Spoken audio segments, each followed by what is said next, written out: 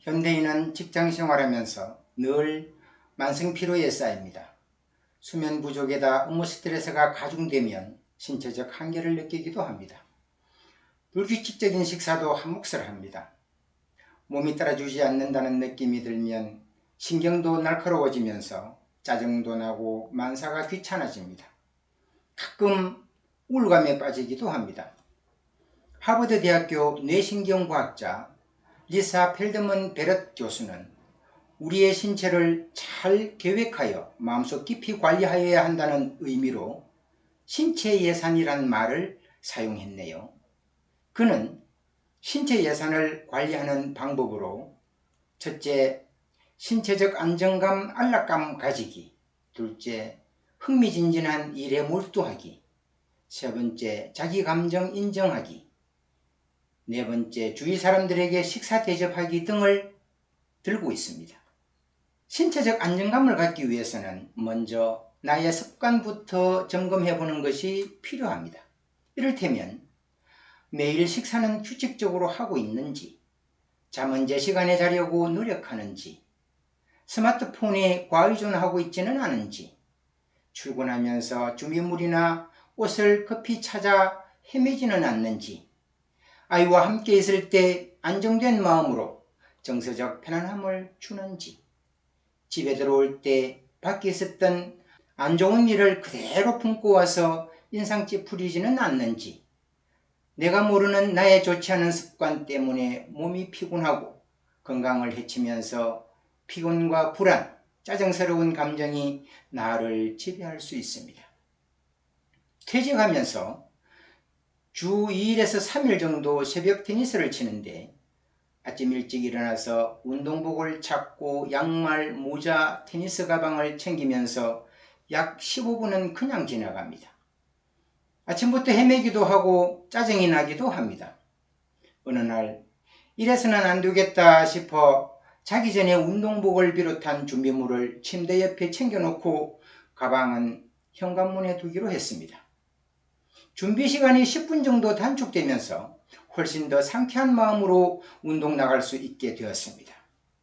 자기도 모르게 형성되어 있는 습관 뒤에는 신념이란 것이 자리 잡고 있습니다.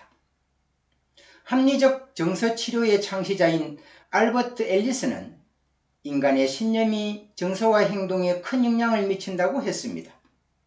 살면서 각종 사건, 경험, 행사 등을 보고 겪으면서 행동이나 생각들이 다른 이유는 사람마다 신념 체계가 다르기 때문입니다. 합리적인 신념 체계를 가지는 것이 자신의 정신건강과 행동에도 참 좋을 것입니다.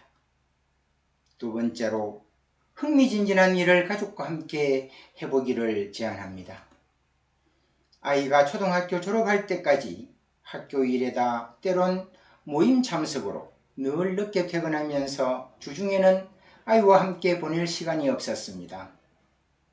토요일도 출근해야 했기 때문에 일요일 오전만큼은 아이와 함께 시간을 보내리라 다짐하고 아침 일찍 아이를 깨워서 동네 산에 올랐습니다.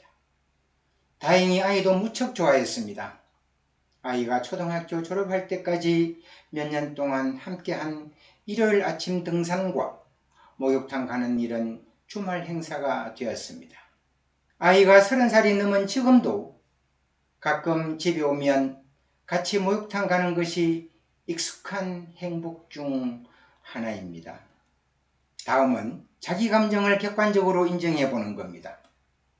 감정은 어느 하나로 정리되는 경우가 잘 없고 표현하기 어려울 정도로 복잡하게 얽혀서 일어날 때가 많습니다.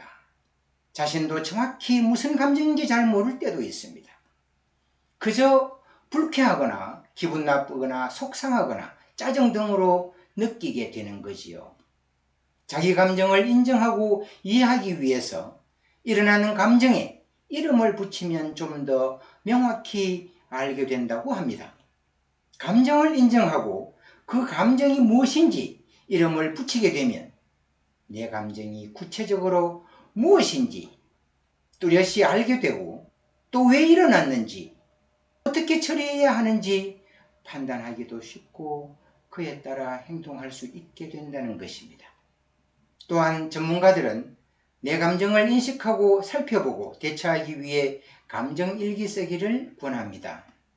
감정일기를 쓰면 뇌가 제멋대로 스토리를 만들어서 감정 폭풍이 일어나거나 감정 널뛰기를 하거나 감정 늪에서 허우적거리는 현상을 막을 수 있다고 합니다.